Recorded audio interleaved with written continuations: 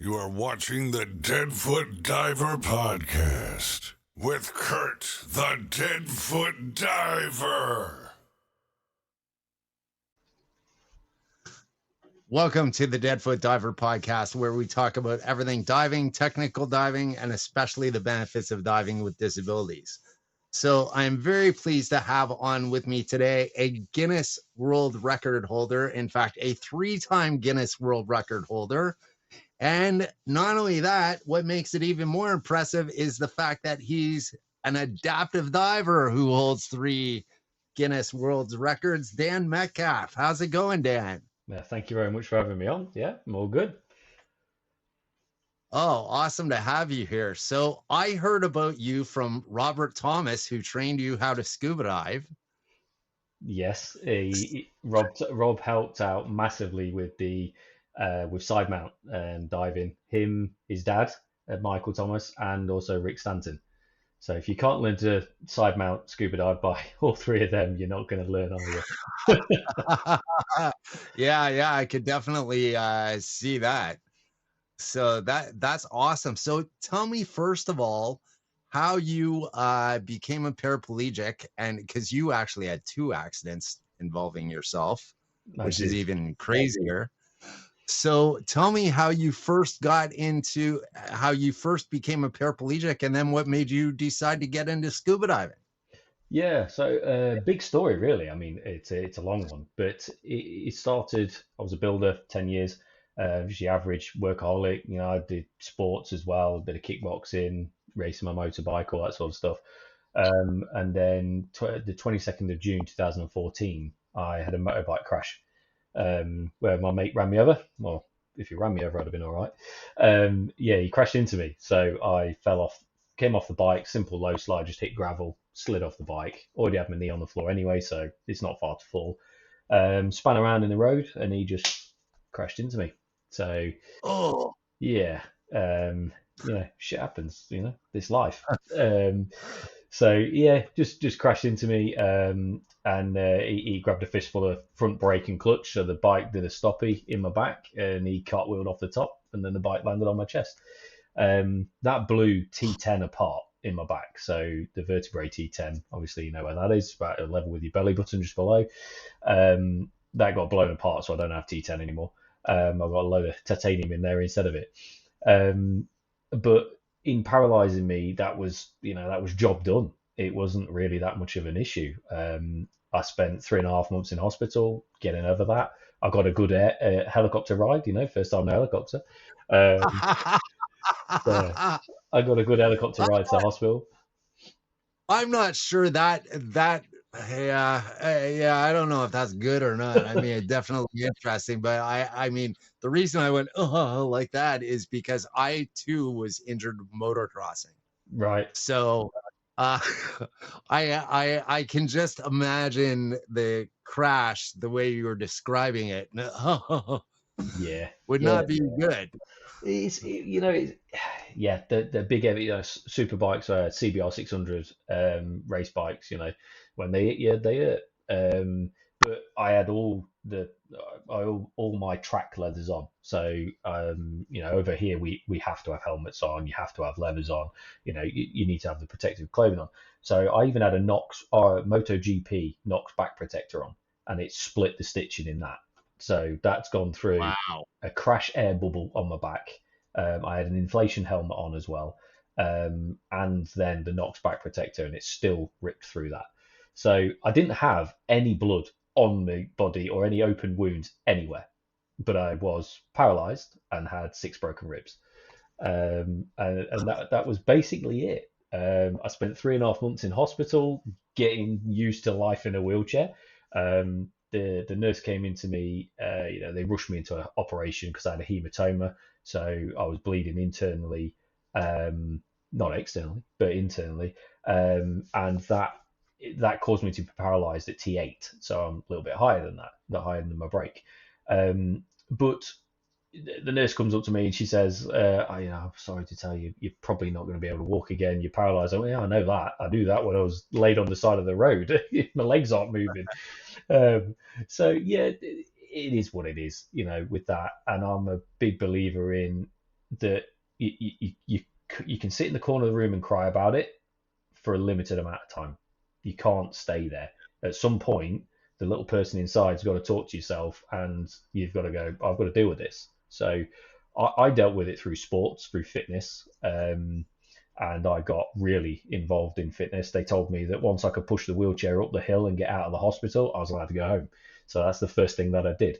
Went in the gym and trained and got up the hill. So that was great. But when I went into the sports, I went into hand cycling, I went into archery, I went into shooting, I went into everything, literally everything you Wow. could do. I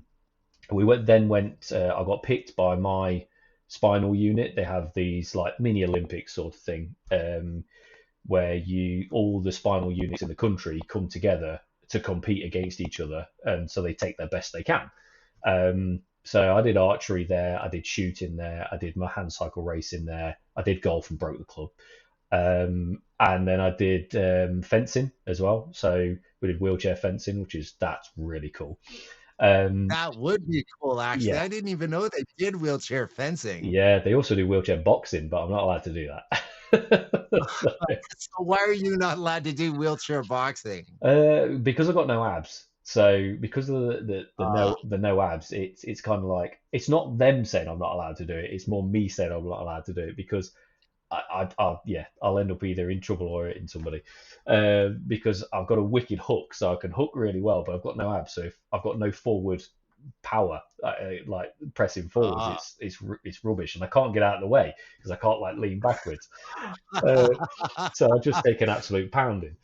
Um, but yeah, so all the sports I did, like I say, shooting. I got called back to go to GB for shooting to be tested to see whether I was good enough to go to the Olympics for shooting. I won gold in archery. I won the fencing. Be a 6'4" lad. I'm only 5'9". And that was hilarious. Um, but when you both sat down in a wheelchair, you're 4 foot nothing, aren't you? Um, wow. so it was good. Obviously, I took my hand cycle because I went into hand cycle racing. Hey, everybody. Thanks for watching. Please remember to like, share, and subscribe. And by the way, we're also on your favorite podcast platforms now. We are on Amazon. We are on Spotify. We are on iHeartRadio. We are on Player FM and Podchaser. All of the descriptions are going to be down below. So make sure you check us out. Thanks. Have a great day. And remember, grab an adventure and live. And then I got a bit of a sort of predicament.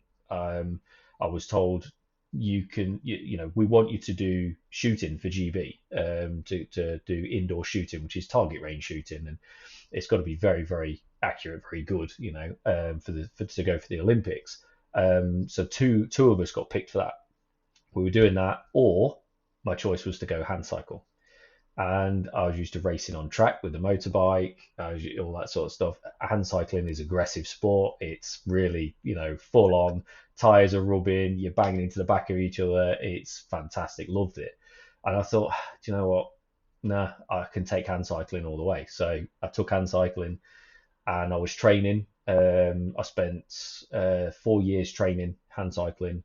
I got picked by, 5 of us got picked by Team GB. To go to Rio, or to train to go to Rio, and I was on the group for training for that. One of us would be picked out of it, and I was doing a 600-mile charity bike ride in the month of June, 4 years later after my first crash, 22nd of June, or 28th of June, sorry, and I got hit by a car.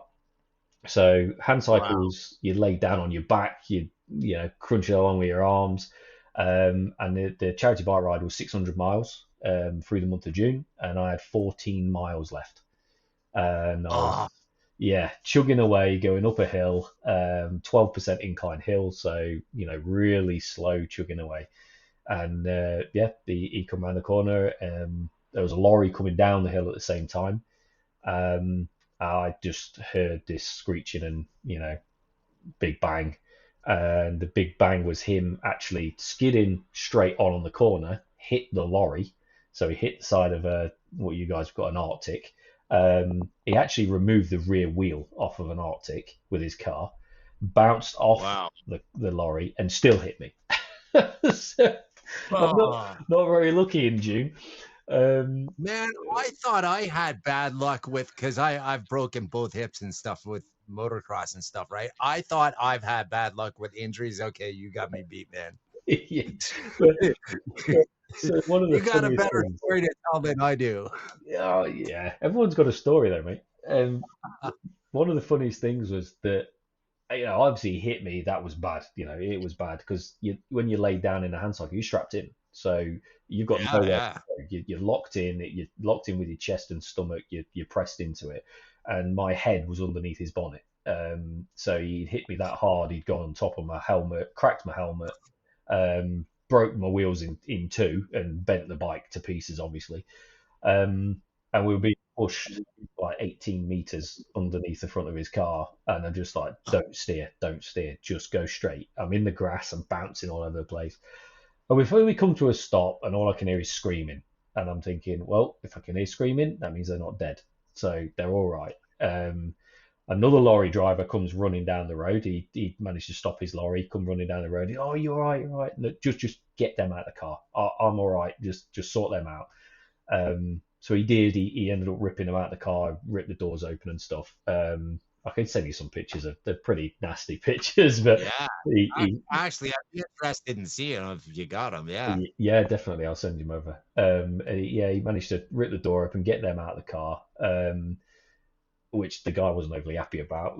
But yeah, anyway, he got him out of the car and he comes back to me and he goes, he's like all panicky sort of thing. He's like, are you all right? You all right? So well, I think I'm all right. I don't think I'm that hurt. And he said, but do you want to get up from that? Because I didn't think about what he saw. So all he saw was a car hitting a push bike, pushing a push bike underneath it, and somebody laying in this mangled mess of metal. He doesn't know what a hand cycle is. So he's thinking I'm crushed underneath this with this bike in pieces. And I'm actually just laid in it. And he's like, do you want to get up out of that, mate? I said, I can't get up. I'm paralyzed. He absolutely shit himself. he full on panicked. He was bouncing around. Oh, I need to ring the ambulance. Get the ambulance on the phone now. What can I do? And I was like, just chill out, man. Calm down. And no, the paralyzing was before. Yeah, he calmed down a little bit. And I went, look, I was paralyzed before he hit me. It was fantastic. He just. I mean, I don't know whether I can swear too much on here. We're all right to. Oh yeah, you're good, man. He goes, you bastard! I've just had a heart attack. Yeah, it was so funny just to see this guy's face, and he really panicked, and then I had a bit of a laugh. Laughing about the situation. Yeah, I've always taken that sort of, it can be serious. You could fall apart from things. Bad things happen. You've been there. Bad things happen. It's life. You either deal with it or it'll deal with you. And the ambulance crew, the police, all that lot, they all turned up. You must go to hospital. I'm not going to hospital. I'm going home. So I went home. Probably should have gone to hospital. The next day, I get up and in my head, I've got to finish the ride. I've got to finish this charity bike ride. It's a challenge, 600 miles. It was for Blesma, the Armed Forces charity, and it is like I've got to complete it. So I took my broken, smashed to pieces bike. I put it on the rollers, which is a set of sports trainers on the rollers, in the lounge in front of the TV, and I finished the 14 miles. Wow. Not unbeknown to me, I had a C4 compression in my neck, so I compressed C4 badly. I had severe concussion, which I didn't really acknowledge at the time. But my daughter was in the house, thankfully, because she woke me up 3 times whilst I was doing this 14 miles, finishing this stupid ride that I had to do in my head. I had to finish it. And yeah, so she woke me up. I passed out 3 times, and she just thought I'd gone to sleep. But she woke me up 3 times. 3 days later, I decide this headache is too bad. I'm getting dizzy. I'm like near falling out of my chair all the time. I can't get up. I'm tired. I've got to go to hospital. I'm not. There's something seriously not right with me. Go to hospital. Get told off. Obviously, why are you turning up 3 days later? Yeah. So they It's finally funny scanned. how doctors tend to lose their sense of humor over stuff like Yeah, that, right? I Like, don't know why. I don't get it. No. So they scan me, they do all that, and they say, oh, well, actually, you've got severe compression of C4 in your neck. Have you got any bad tingling or pain anywhere? I was like, well, I'm paralyzed. I'm tingling in my legs all the time. Um, so she says, what about your hands? Have you got any problems in your hands? I was like, well, I think they're okay. Didn't really acknowledge the fact that I couldn't feel my left hand at all much. So um, yeah, so months and months on down the line from that, things started getting bad. I actually got to the dark side of having head injury, and as you say, months. It was probably less than a month to be fair. But I tried to deal with it, couldn't deal with it, and this injury had changed from being a physical injury like my first one, which was just, yeah, you're paralyzed. It's a mechanical thing, get over it, deal with it, get in a wheelchair and do life in a chair. That's fine. But this one was mental. It was every night not being able to sleep, every night reliving that really loud, like skidding noise, and then a huge bang, which was both of the crashes were the same skidding noise, the same bang as I get hit.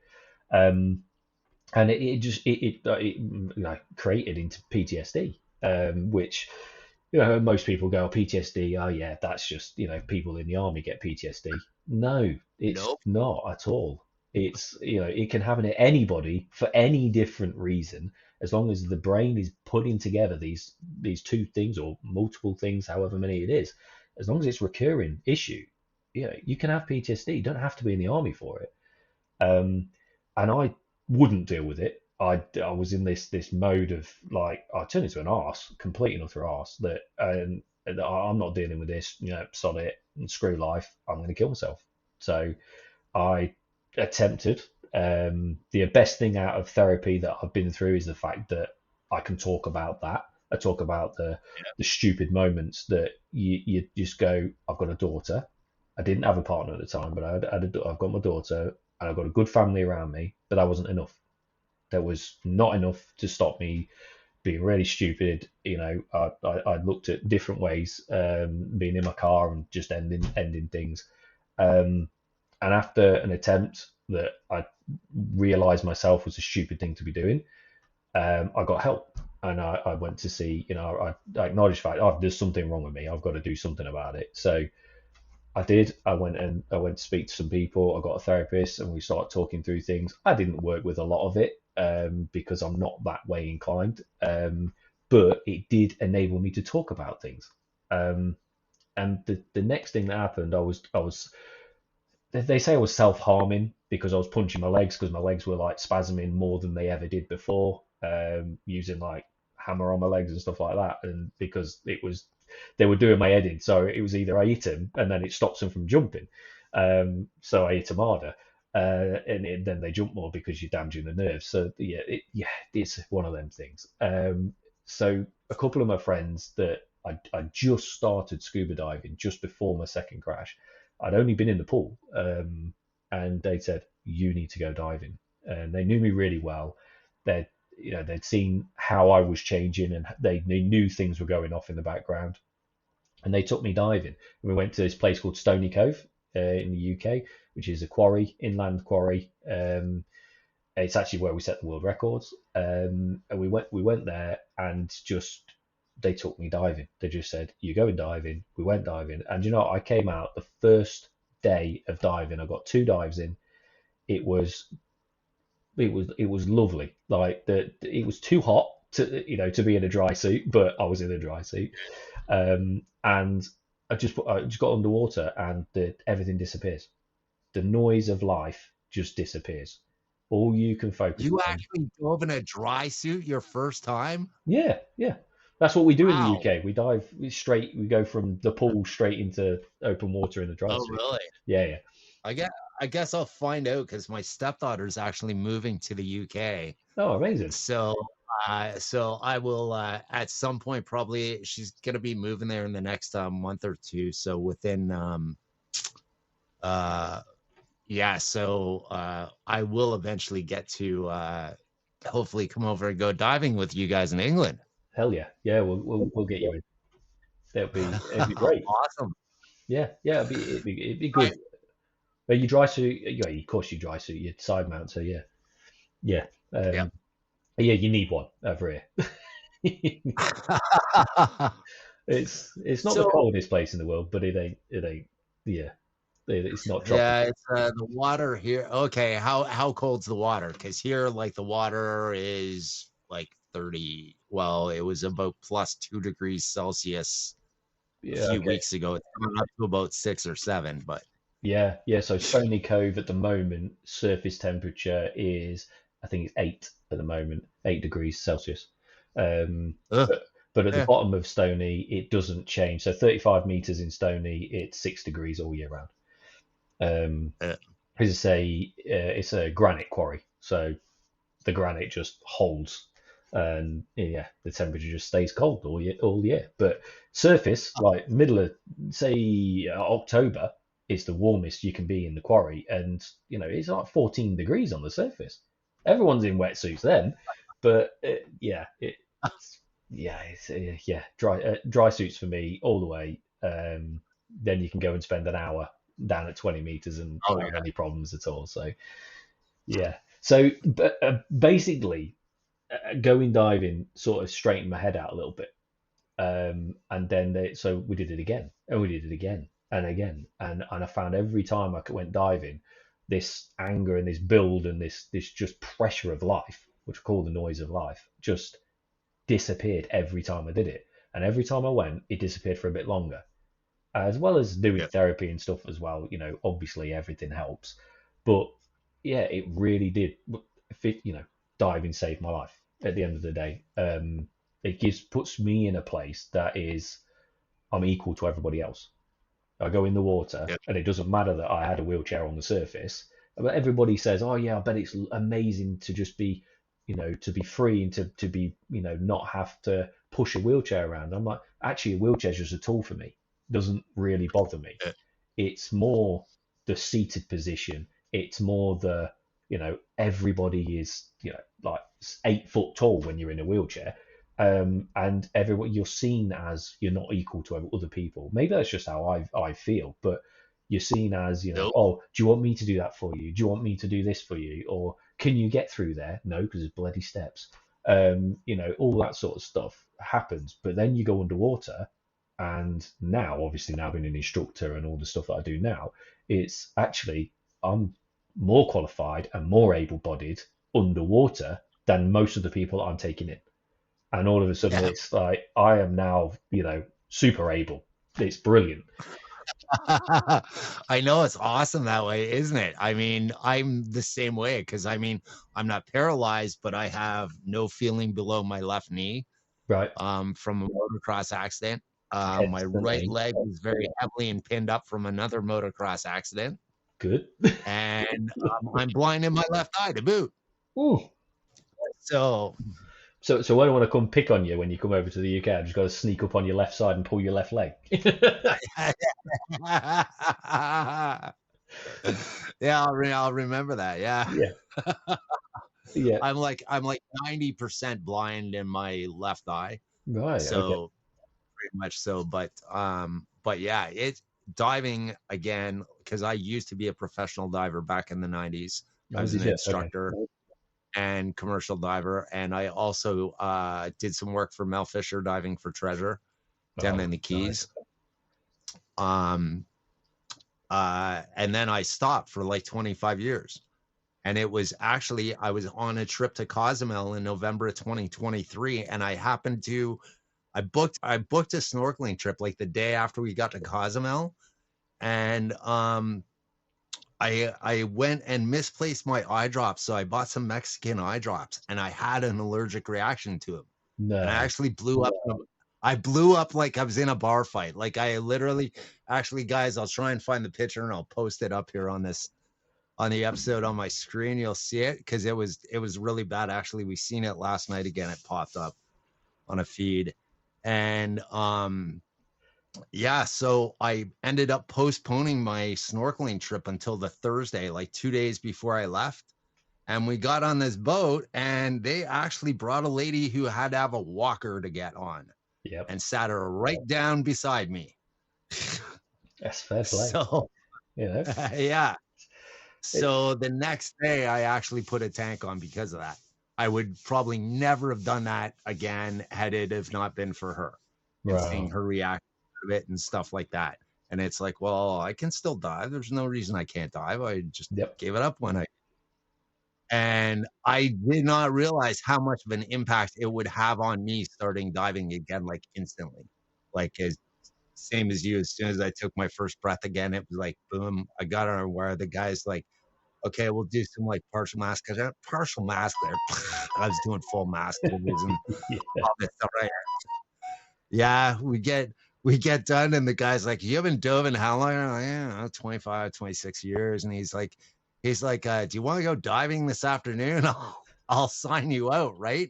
And I couldn't because my flight was leaving the next day. No. It's like, So I actually ended up not diving. I came back and did a refresher and stuff in the winter, and then I started diving again in April last year. Nice. So, but yeah, so tell me, how did you get into and first of all, I give you credit for doing all this crazy stuff you do. Mind you, most of the paraplegics that I know from, especially because I raced adaptive motocross for a couple of years, I did that. Yep. So I know like Doug Henry and most of the X Games guys that you see for the adaptive motocross and snowcross, and they're absolutely freaking insane. Yeah. I mean, you guys are way more insane than anybody. I think it's because it's the fact of like, okay, well, I'm paralyzed now, so what else can happen? So what else is going to happen? Because I mean, these guys, they're same thing. They're strapped to a bike, right? And in their case, it's like a 300-pound dirt bike flying through the air. And I mean, I tell you, I can remember the first time I went to an adaptive motocross race. And one of my friends who was a paraplegic actually crashed, and he gave me his helmet camera footage after. And we were busy, so I didn't look at the footage. I just copied it, right? And we're driving home, and my son's like, oh, give me your laptop. Well, I want to see all the photos from the weekend, right? So he's going through them, and he gets to the video of the guy crashing on the thing, which he had actually seen. Yeah. And he's like, oh my God. And I'm like, what? And he's like, this video, like his crash video. It's like, oh, I'll never forget it. Like, it just happens. So tell me first of all, which world records do you hold? And also what made you decide that you wanted to break a Guinness World Record for it?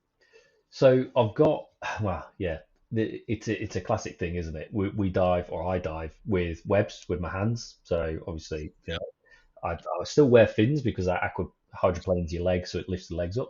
But with webs, obviously, everybody looks at you and thinks, well, you're going to be slow. You've got webs. You've got not even half of the surface area that they have with legs to fin.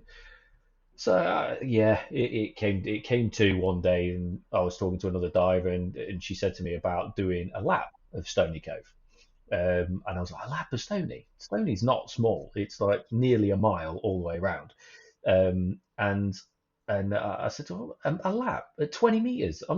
That's not going to happen. I'm not going to get that. I will run out of gas. There's no way. That's impossible. She went, no. You do it between 6 and 8 meters. You see all the pike, you see all the fish, everything, all the life is at that sort of depth. But it's quite a challenging dive because obviously you're diving alongside the walls all the way around. There's only 3 places where you actually are level with the shelf, which is the training shelf that everybody trains on. And then other than that, you're above a 35-meter drop hole and 20-meter drop holes. So it's a very mid-water dive. but you just got the wall on your right hand side the entire time. But you see all the life because there's like reefs and grasses and underwater trees and stuff like that all on the side. So you see all the you see all the pike and stuff and tench. I was like, okay, well, I'll try that. And yeah, me stupid Ed again as usual, because she says to me, it's a real challenge. It's a long way round, and you've got to be good on gas. But you swimming with your hands, you're going to use more gas, and I don't know, it'd be one hell of a challenge for you to get all the way around. So yeah, stupid idiot brain goes on, and I go, right, okay, now let's make it a real challenge. So what I want to do is I want to set the fastest 5 kilometers, which would have been 5 laps or just over 5 laps of Stone. Yeah, no, 5 laps of Stony. And then I contacted Guinness and was like, well, I wonder what the record is for the fastest 5 kilometers scuba dived. There isn't one. It doesn't exist because 5 kilometers isn't something that they do a measurement of. And they said, no, you can't do 5K. You can do 10K. And I'm like, 10K? That's not happening. That's not definitely not happening. So we had a bit of a work around it, and I said to him, look, I said I can do the 5 kilometers. I know I can do that, but it's going to take me like 6 hours, 7 hours worth of dive. And what they came back with after loads of toing and throwing, a year's worth of training and all this sort of stuff, they came back with, okay, you can't have one record because we don't do 5K. You can have 3. So these are the options that we'll go with. You can go for a fast dive if you want to. And I'm like, yeah, okay, fast dive, yeah. I'll prove the fact that I am fast underwater because I was getting pretty quick. And then you can also go for a distance record if you want to. I'm like, right, okay, yeah, all right, let's do it. So we ended up going for the fastest 1 mile scuba dive by able-bodied. This is in fresh open water, so it's not in the sea. You're not using any currents, not using tidal. It's just you and in a sterile location, really, because it's a quarry. There's no flow anywhere. So the fastest 1 mile scuba dived for able-bodied, as long as you have your legs tied together and you swim with your hands. Then the fastest mile as paralyzed, MP2, which obviously, that goes hand in hand. That's what I am. And then the other one was the longest distance scuba dived in fresh open water, which I was like, okay, right. So I'm going to do all these in the same day.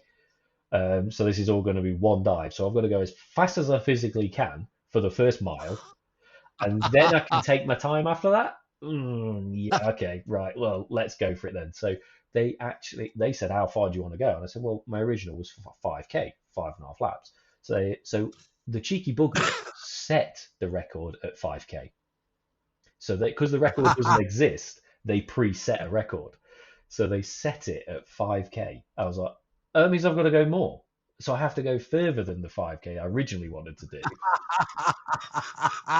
So I was like, right, okay, fine. So we that's what we did. We trained really hard, and I was training for the mile, which was going ballistic. It was going really good, really quick, and my training was like progressing so quickly that I was blowing buddies out of the water left, right, and centre, especially after we got a good chat with obviously Rob, Robert, and his dad Michael, and then I met Rick as well, because they were all saying, I was talking to all the people I could talk to, and they were saying that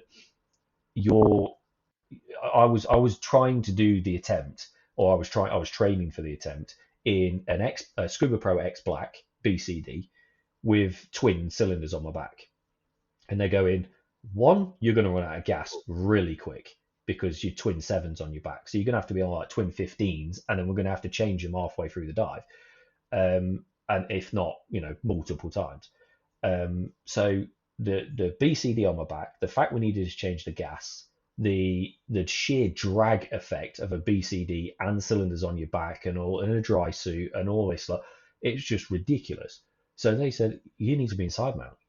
There is no better way than being inside mount for this type of challenge. You can throw cylinders off and put another one on as quick as you need to, and you can, the footprint in the water, the displacement that you're creating is minimal because you have no wraparound BC. You've already broken the water with your hands where the cylinders are, so you've taken that pressure away. And we said, okay, let's do it. So that's what happened. We went down to Stony Cove. Those guys came up to do the training with me. They brought me a side mount, Namotech side mount rig with them, and also an X Black, X Deep, which we ended up going with the X Deep because the Namotech just didn't work quite for me being paralysed. It was a fantastic bit of kit, just doesn't work for me. But the really funny thing was Sally Cartwright from the UK, very, very good diver, works at the dive chamber. She was my main contact that got all these people linked together. And she says, I'm going to bring you a surprise, bring you somebody that will help you, get this. And I say, oh, great, thank you. So she, in the morning, she turns up and she says, yeah, well, I brought him if he gets here on time. I was like, okay, yeah, who have you brought? She went, you'll see.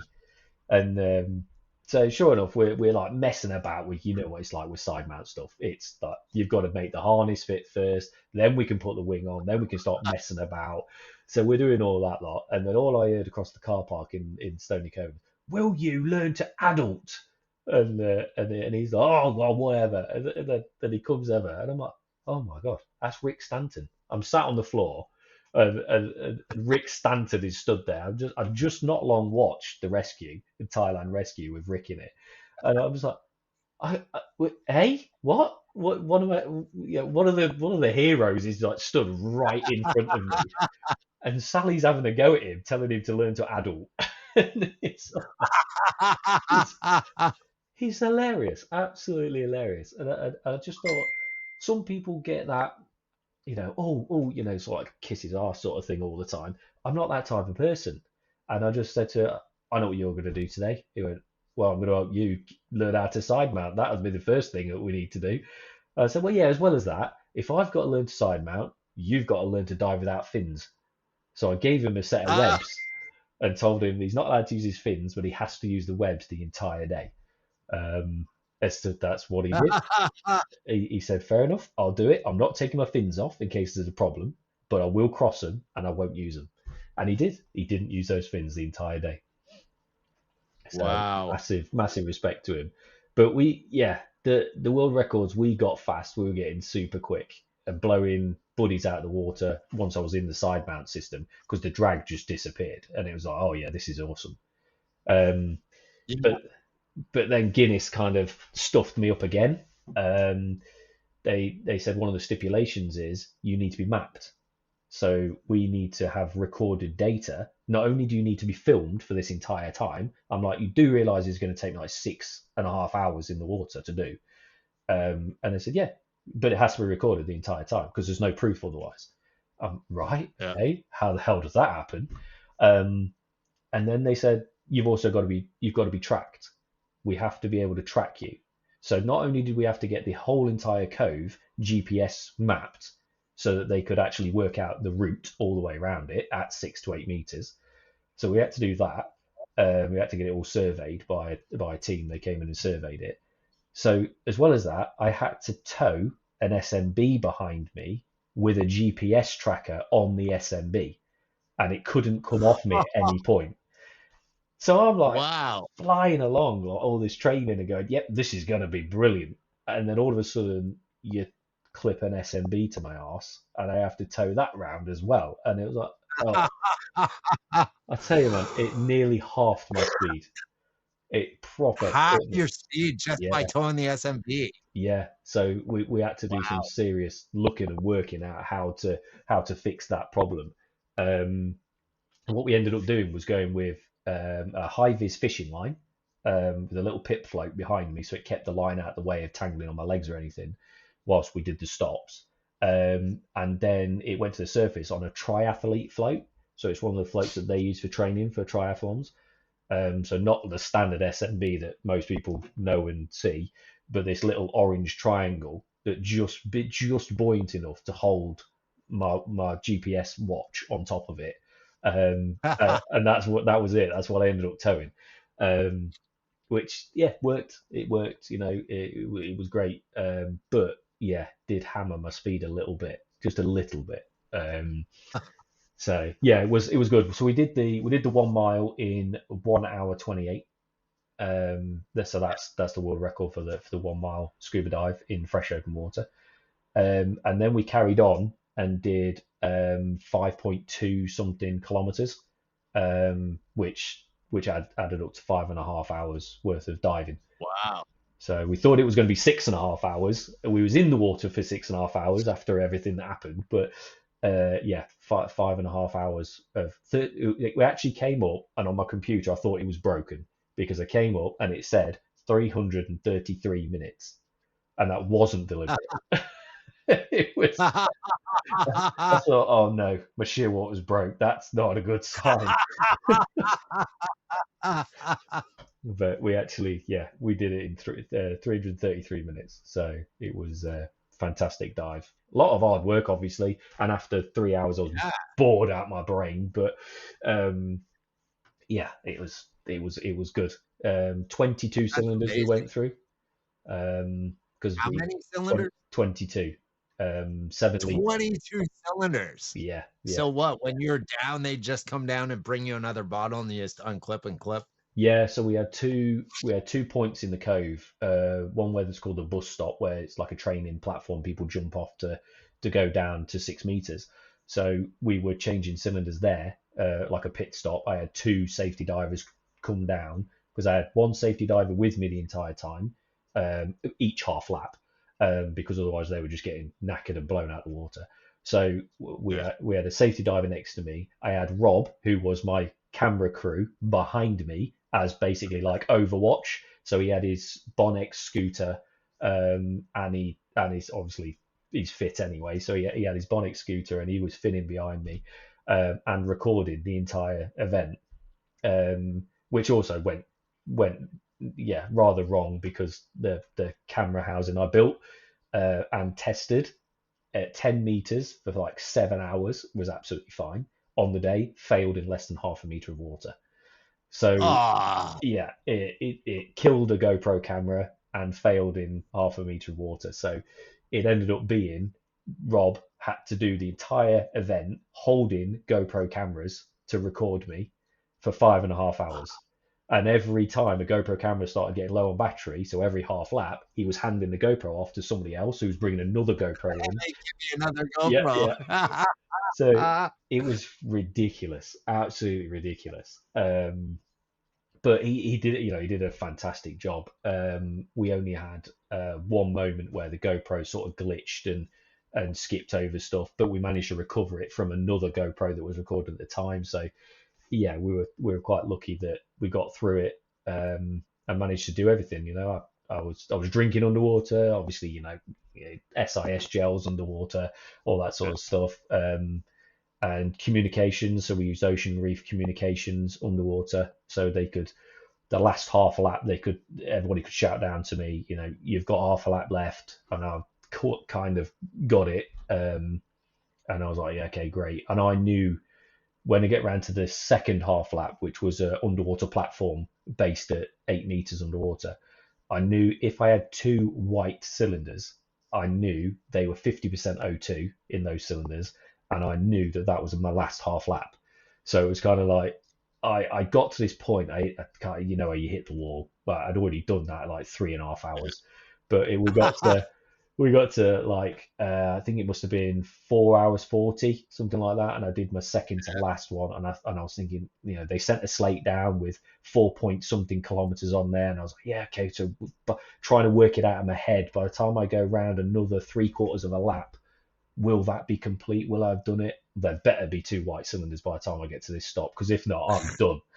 And I was like, the 5K can stuff it. Like, I can't do any more. I'm just done. And I was so tired. And I got around to the platform, and sure enough, there was one. My wife was there waiting, so I knew that's amazing. I've only got half a lap left. And secondly, there was two white cylinders sat there with 52 and 51% O2 in them. So they strapped them on. I had a team, QDs, clip, regs in, go, and they did that. And then it wasn't the wall that hit me. Cramp hit me, pain hit me everywhere, and I was like, "What the hell is going off?" And it was the O2. It was an O2 rush. So I got a shot of the 50% O2, and my arms, forearms, shoulders, chest, everything just cramped up. Just went to sheer cramp. Really? Yeah, and it was just like, well, what do I do here then? Because Oh, I can't thin to keep myself going. I've got to stretch my arms out, so I just stretch my arms out for a little bit, and they're like, "What is he doing? Is he all right?" And they did it when I'm out having a O2 hit, you know. Legs are spasming as well, so it doesn't look like I'm having a right fit underwater. oh, Yeah, just it was a good 3 minutes after we changed over to those cylinders, and it was just like, oh, this is horrible. And then all of a sudden, bang, it just disappeared, and I felt fresh. So I could wow. start speeding up, and I sped up, shot off towards the end, and it was so good. They thought I was going to go round and do another lap because I went straight past the finish line. The underwater ROV that was supposed to be recording me do the finish line couldn't keep up with us. So that thing tried to keep up with us, and then it went past the finish line. I went past the finish line. Rob's going, "Where's he going?" You can hear him underwater going, "What is he doing?" And yeah, so it was good. He managed to swim after me, grab me, stop me. He's like, "Stop, stop! We've gone past the finish line. We shouldn't be this far." And sure enough, we come up, we surfaced, and we'd just gone past. So yeah, we did it. 5.5 hours. It was fantastic. We did it all for charity, so that was the three charities we raised money for as well. So raised I think it was £7,000 for charity in total. Wow. That was kind of the goal as well. That's amazing though that you did 3 records in one day, and the amount of preparation. Like, how many months did you prepare to do this? An entire year. An entire year. Yeah, it took an entire year Wow. because so many things changed along the way, and obviously my fitness was changing. My, the differences in water was changing. Every single week I was doing between 55 and 64 lengths in the pool every Tuesday night, and I was blasting that in 40 minutes. So just with a snorkel on, breaststroke, where's a hybrid breaststroke because I got no abs. I had some swimming coaches try and teach me how to do breaststroke properly. It doesn't work when you're paralyzed. So when you do the breaststroke, you come around and push. You're supposed to do that skull in action underneath. So you press down. Yeah. The thing is, when I press down, because I haven't got the abs to hold my body flat, I just breach. So it really, really doesn't work. But we learned that one the hard way with trying to snorkel and drowning myself with a snorkel flooding every time. So yeah, we just gave up with that, and I do this hybrid breaststroke, and I learned. It took quite a while to learn that the swim, most people seem to put a lot of force in from the center outwards. So they think you drive up with your fists closed, and then you open your webs out, and then you push down as hard as you can. But what they do is put all this effort in there, and there's from center to out, you're actually just pushing water away from yourself. You're not doing anything. All you're doing is either slowing yourself down in the water, or actually pushing yourself to the middle, away from the water, and it does nothing to propulsion. So actually, I stopped putting effort in there and kept my fists together at that point. Then fanned out really quick, and then almost like you're hooking the water and grab it and push it behind you. And then that started really working, and it became more efficient. But you do get cramp from closing your hands up, closing your fists, because you get the pump in the forearm, and then opening the hand and spreading down. So it took a long time to get used to that. That was significant. Yeah. But it was great. Yeah.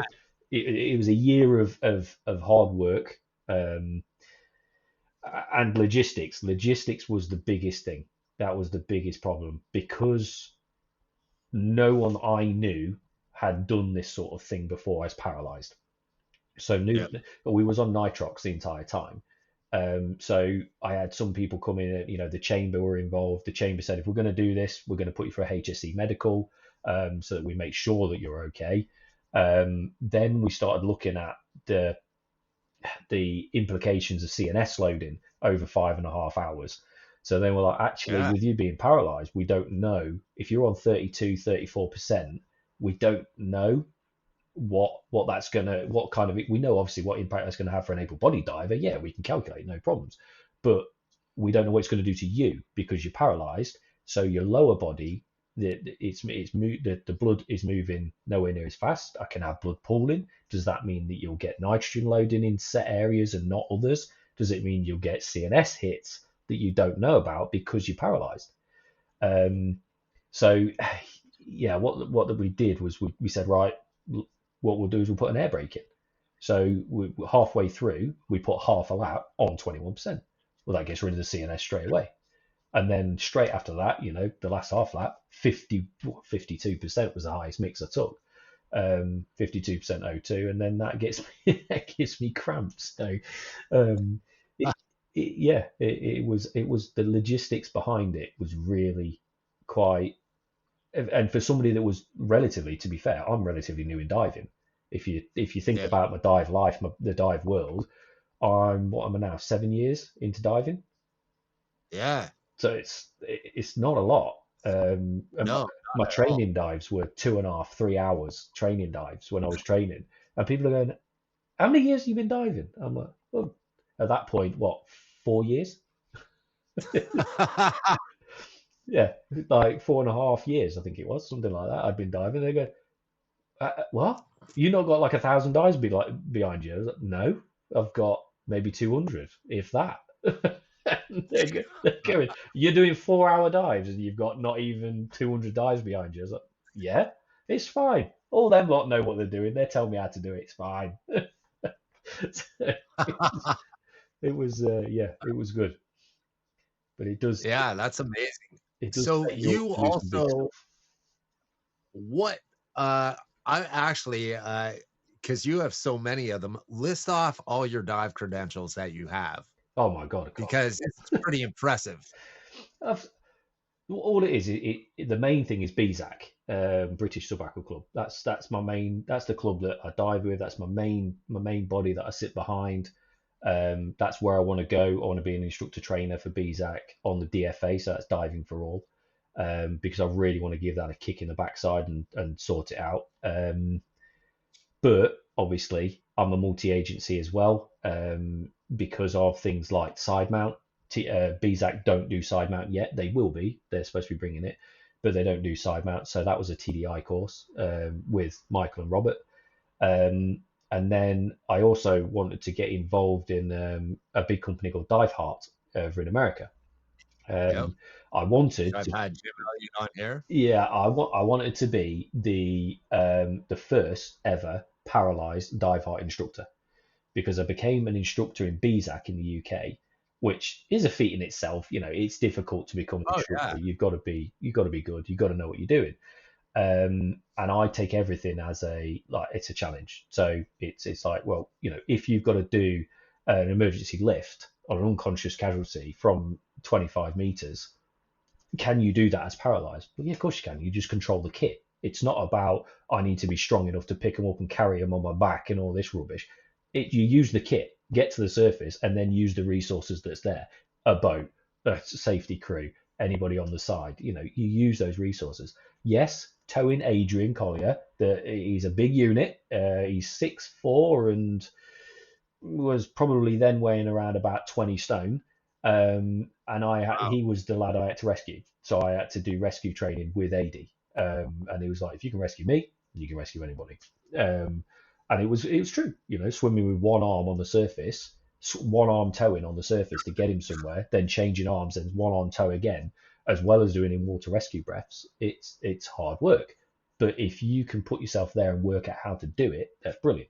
So I did the instructing with that, and I was like, right, I want to do with the disability stuff. I want to go to the best or the biggest disability company there is, which obviously is Dive Heart. And I really wanted to get involved with with that side of stuff. Yeah, rebreather. You don't want to do a rebreather. I'm pretty nervous about it because I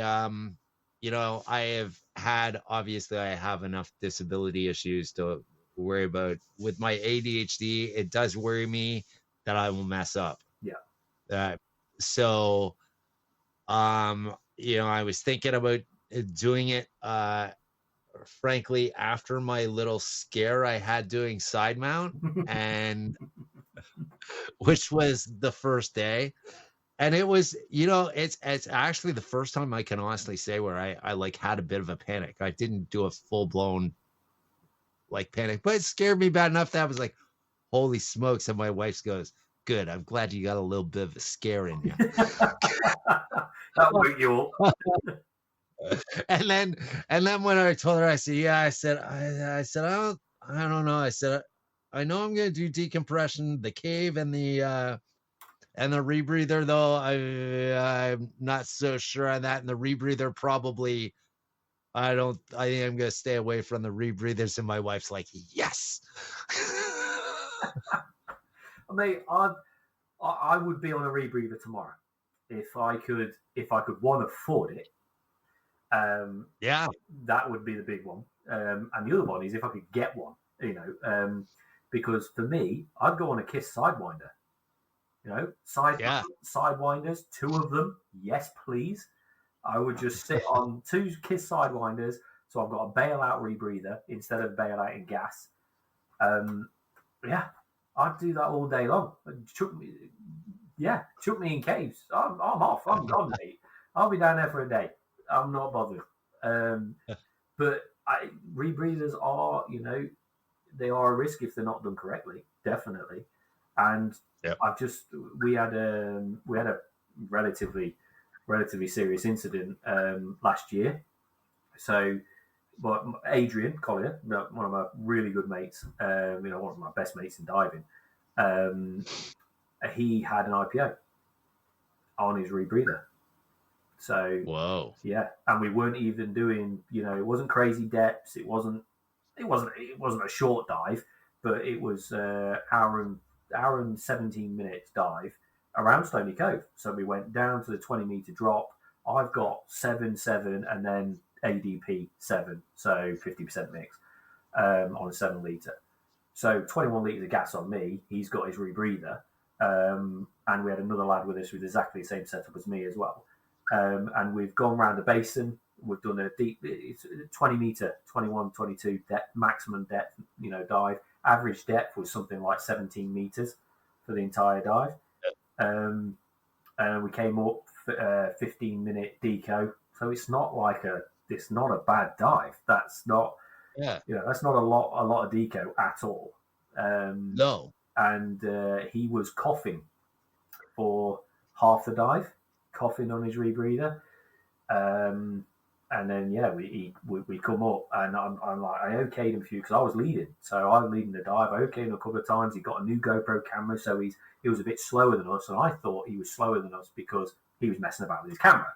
I swim fast, which is what I always get told off for. So now I do like 2 strokes and then I pause, and then I do 2 or 3 strokes, then I pause, and then I look around and go, okay, but wait for him to catch up, and then I'm off again. But he was, lagging a little bit. And I looked at the time and I thought, actually, do you know what? We're only 3 minutes longer than we did it before. So it's not too much of a problem. But then we came up to the 6-meter shelf. We did our deco stops, did our deco time. We're coming up towards the steps to get out, or the well to get out. And I said to Bob, yeah, you go out first, mate. You go up, I'll stay back, because obviously last one in the water. And I looked at AD. I'm like, you don't look great. And I went, are you okay? And it took me 3 goes of, are you okay? To get a response of, yeah, I'm all right. I was like, okay, right. So we came up to the surface, and I said, Bob, steps. And then I looked at AD, and he just didn't look, it's difficult to see whether a rebreather's overly happy because they've got a bloody loop in front of their face. But he just didn't, he looked really flush in his face. He didn't look great. And I could hear him as soon as he came to the surface. I could hear him coughing, and he was just like, sort of thing. And then he was a bit more coughing. I was like, "Ady, get out!" And because he's a big lad, and I don't want to be pulling him out the steps. It's hard work. Yeah. So we got him out, and he literally climbed out. I was de-rigging, taking everything off in the step well, taking everything off. I bum shuffling up the steps, and then everybody starts running, and he's gone down like a sacker, you know. He's gone over. He's still got his breather on his back, and he's like bent over. Two of them are holding the breather off of him because he's got an AP breather, and he's a big lad. He's a flipping lot of unit. Yeah, it was bad. It was a scary moment, and I just got my wife come over and said, "Ady's down." I was like, right. So she legged it up to the shop to go and get the to go get O2 and go get an AED, and to let them know that there's a shout on, get the ambulance sort of thing. And I bum shuffled up, grabbed my 50%, dragged it over to him, threw him on that. I mean, he's got his rebreather, but the rebreather wasn't putting the gas in because he had an IPO. He couldn't breathe in enough to get gas in. What he needed was positive pressure, so the rebreather was no good. So because you've got to breathe in to be able to get it to circulate. So we just purged the regulator, and he could actually breathe it in. So he was on the 50% mix for only 3-4 minutes whilst they legged it down with 100% O2 on a Marinox kit. But even the Marinox kit he was struggling with because it wasn't pushing the gas into his lungs. He had to breathe it in, and he couldn't breathe it in because he wanted to cough it out, and he was coughing out red phlegm, or pink phlegm and all that sort of stuff. So it was a nasty situation. But later on, found high blood pressure, all this sort of stuff, not fitness. He'd lost a bit of fitness over the years, so he's now battling to get back, and he's going to be back diving. He's going to get back doing it, but he's questioning whether to be on the breather or not because of the issues. But I mean, people will hear this, and loads of people will listen to it or whatever, and they'll be going, no, the rebreather's absolutely fine. Loads of people will go, no, it's not fine. It's always a split. It's always a split about stuff like this, and it'd be the same if it happened on open circuit. It'd be 100 people saying if it was on a rebreather that'd never happen, but then there'd be 100 people going, well, it shouldn't have happened on open circuit. But it's just maybe the work rate of breathing. Maybe he overbreathed. Maybe it was just the fact he had a bloody cold, or the fact that his blood pressure's too high, or the fact that he's 60 years old. It could be all sorts of things linked together. It could be a lot of stuff that set it off. Yeah. Anything. End of the day, an incident happened. The good thing is we're all trained to deal with that incident.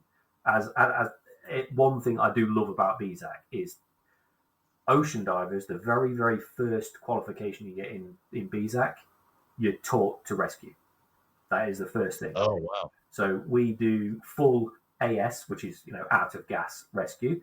So if you're out of gas situation, we teach the youngest students to rescue and lift to the surface. If then they come up against their incapacitated diver, so we do what's called a CBL, controlled buoyant lift. So they're taught to lift from ocean diver. This is a 12-year-old kid is taught to lift an unconscious diver to the surface and rescue them. Not taught to give rescue breaths, that's in sports diver, but they're taught to rescue them, bring them to the surface, and tow them in. So they can tow them to a boat, or they can tow them to the shore. And for me, that fundamentally is just, I know it's different in America and it's different across the world because of legislation and risk and all this sort of stuff. In the UK, you can't be prosecuted for trying to save someone's life. Yeah, you can here. Yeah, you can in America. It's and other places around the world. There's a very much a well, you should have let them die sort of thing. I don't agree with that. I would always try and save someone's life if I could. And that's why I really, really love the way that BZAC teach from the get go. Is those parts of it are really good.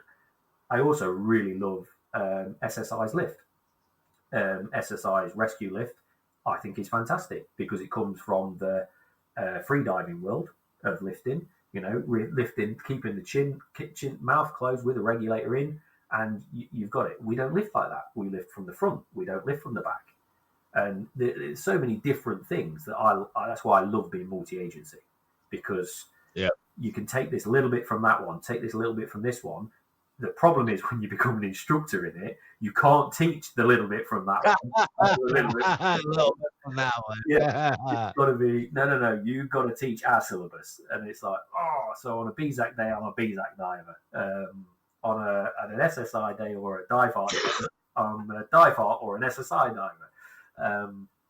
It is difficult, but I do love that fact that we can take. I think a lot of people go,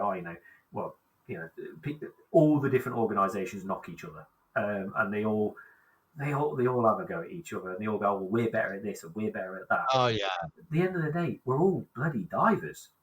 We all go underwater, we all dive, and we all, if any of us had an issue, it doesn't matter how you get them to safety or how you actually save them, as long as you do. Just as long as you get them there. Yeah. As long as they ain't dead when you leave them, they're all right.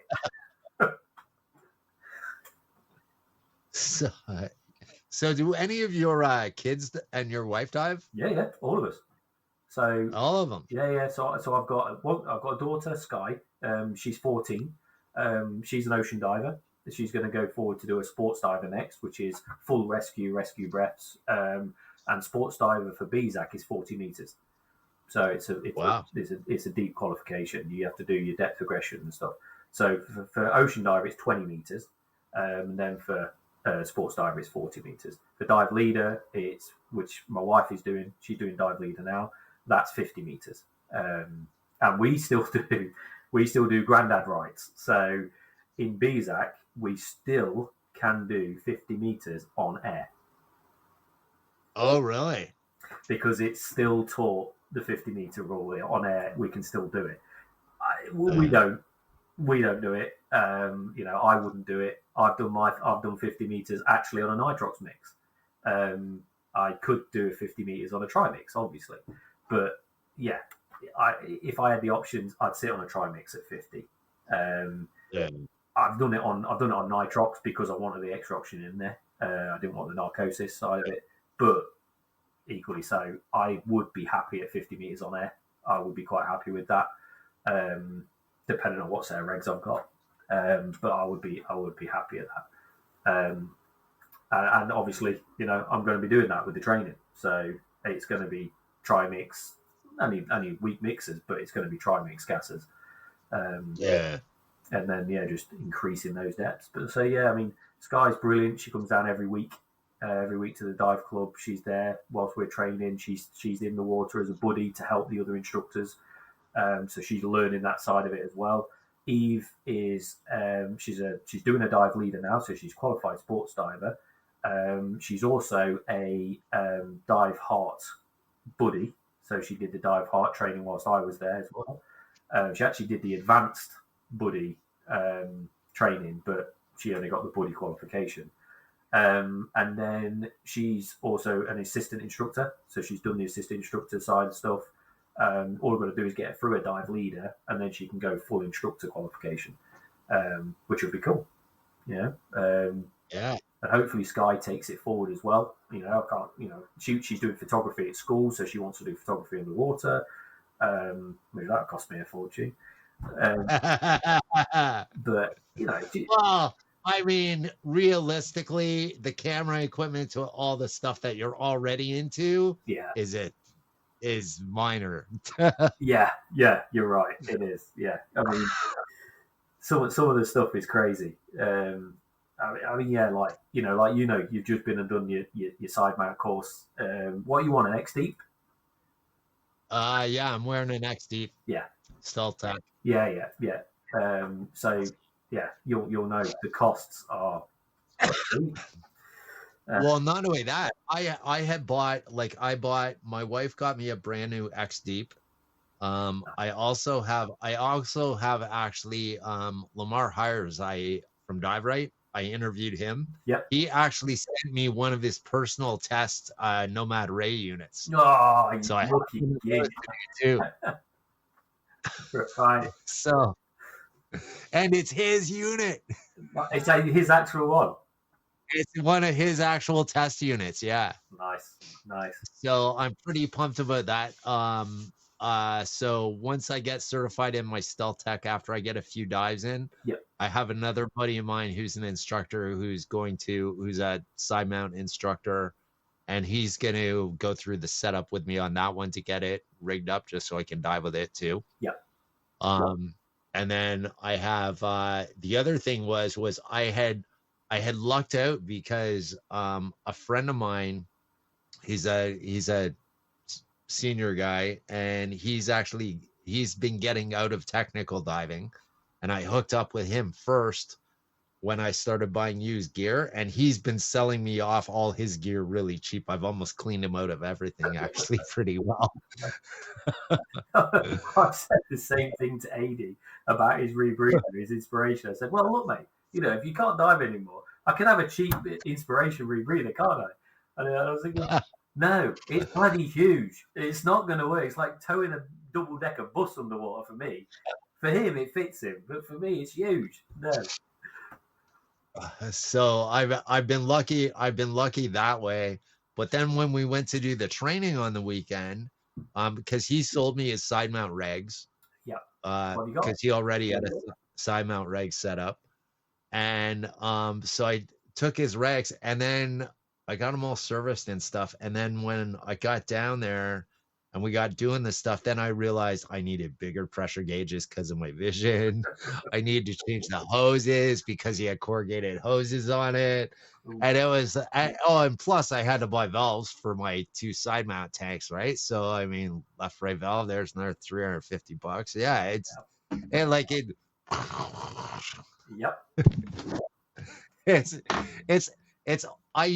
it's almost as bad as racing motocross, or can be, right? As far as cost goes. It's any of that stuff. It's the same no matter what you do. If you want to be the best of it, or you want the best quality of what you can have, it's going to cost a lot of money. It's the same. Yeah. It's just you got to limit that cost, because otherwise you get shot by the wife. Well, since you're also a motorcycle racer, you'll be interested in this. I actually went to Jamaica in November. Nice. And I was diving with this guy. I was diving with him for like a couple of days, hanging around with him. And then we got talking about motorcycles and stuff like that. Turns out he's Barry Middleton, the British motorcycle champion. How did you manage that? I don't know. I just lucked out. I literally dove with him for like 5 or 6 days. We still can't stay in contact all the time. Nice. So yeah, it was really cool. But I had no idea that's who he was until later, right? And then we were sitting having a beer the one day, a couple of beers after. There was like 4 or 5 of us. This other couple too that was sitting there with us, and we were sitting there talking about motorcycles or something like that. And then he like briefly mentioned that he raced motorcycles, right? Yeah. And then so I get back to the hotel room because I didn't want to Google him on the spot. Right? Yeah, it's a bit fanboy, isn't it? It's a bit. I'm like, wait a sec, I got a feeling about this. So I go and I Google him. I get back and I Google him, and I'm like, holy crap! Do you know who I've been we were just hanging around with, and who I've been diving with all week? And of course, all of my motorcycle racing buddies were all like, holy shit! Like, how the hell did you luck out at that? Right? And I'm like, just fluke. I didn't even know till I was hanging around with them for 2 or 3 days. No, that's special. That is special, man. So, yeah. So, anyhow, I want to thank you very much for coming on today. Thank you. It's been awesome to have you on the podcast. I'm going to have all your links below to your stuff down here for everybody to check out. And remember, guys, grab an adventure and live, and I will see you next time.